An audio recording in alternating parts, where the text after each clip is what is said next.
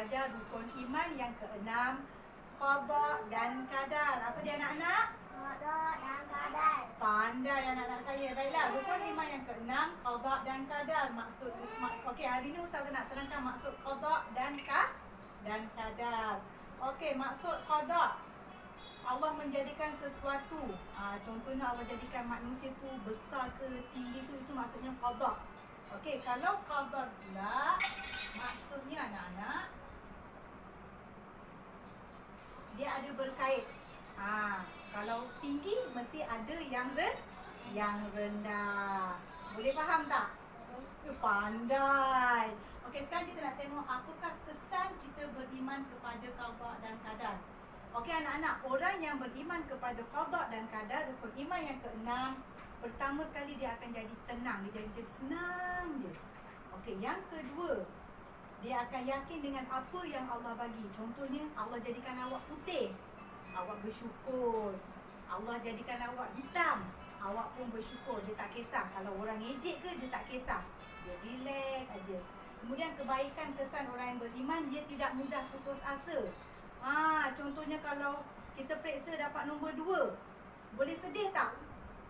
Tak boleh sedih. Maknanya kita bersyukur, kita tak mudah putus asa. Tetapi kita kena belajar lagi bersungguh-sungguh untuk dapat nombor 1. Senang je kita belajar tentang qada dan qadar, betul tak? Okey, sekarang Ustazah nak terangkan pula. Nak suruh tanda cantik Okey, kenapa kita kena yakin terhadap qada dan qadar? Macam mana kita nak yakin pada rukun iman yang keenam, qada dan qadar? Pertama sekali kita kena berusaha. Contohnya nak jadi pandai, kita mesti kenapa anak-anak kena belajar. Kemudian yang kedua, kita kena berdoa dengan siapa? Pandai berdoa dengan Allah. Yang ketiga, kita kena redha dengan apa yang Allah bagi kita. Dan yang keempat, kita kena bertawakal kepada Allah. Dan yang akhir sekali Ustazah nak terangkan anak-anak. Okey, qada dan qadar ni dia terbahagi kepada 2. Itu yang last. Nanti kita akan sambung pada pelajaran yang lain. Okey, mana? Okey, jenis qada dan qadar ada 2. InsyaAllah kita akan sambung. Cuma Ustazah nak terangkan pertama qada mubram dan juga yang kedua qada mu'allaqat. Okey, anak-anak, jenis qada dan qadar ada 2. Pertama, qada mubram yang bermaksud ketentuan Allah yang tetap. Contohnya anak-anak, mati. Okey, ataupun Allah dah tentukan hari ni si Abu dia mati kerana kemalangan. Jadi itu dipanggil qada mubram. Yang kedua, qada mu'allaq yang bermaksud akan berlaku kemalangan.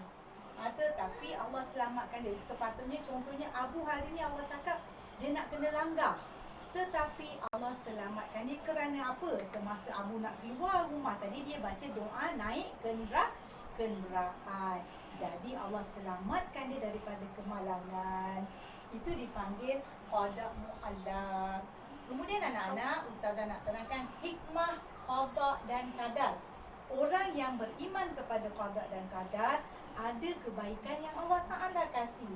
Yang pertama, okey, membangkitkan rasa berusaha dan penuh bertawakal. Orang yang percaya pada qada dan qadar ni anak-anak, dia akan yakin dengan usaha dia. Dia akan bertawakal. Dia nak sesuatu, dia akan berusaha dan bertawakal kepada Allah.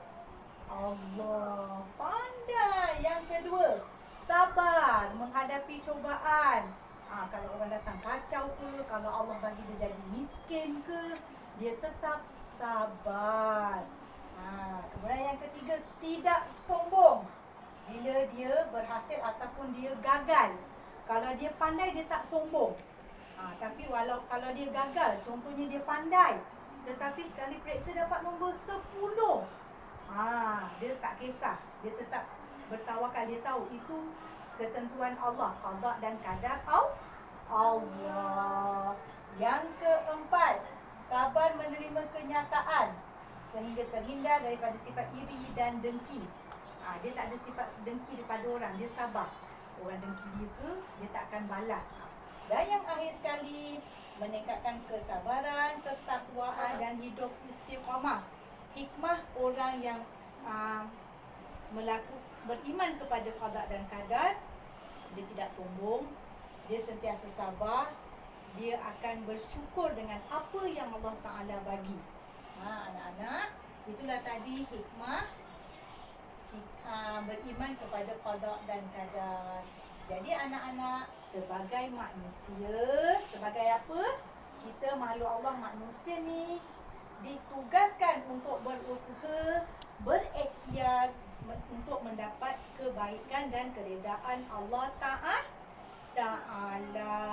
Okey, sebelum kita habiskan kelas hari ni, Ustazah nak tanya, rukun iman yang ke-6 apa? Ada berapa anak-anak? Apa dia anak-anak rukun iman yang ke-6? Beriman kepada qada dan qadar. Pandai, tepuk tangan untuk diri sendiri. Okey, nanti lepas ni Ustazah bagi buat latihan. Kita jumpa lagi anak-anak. Assalamualaikum.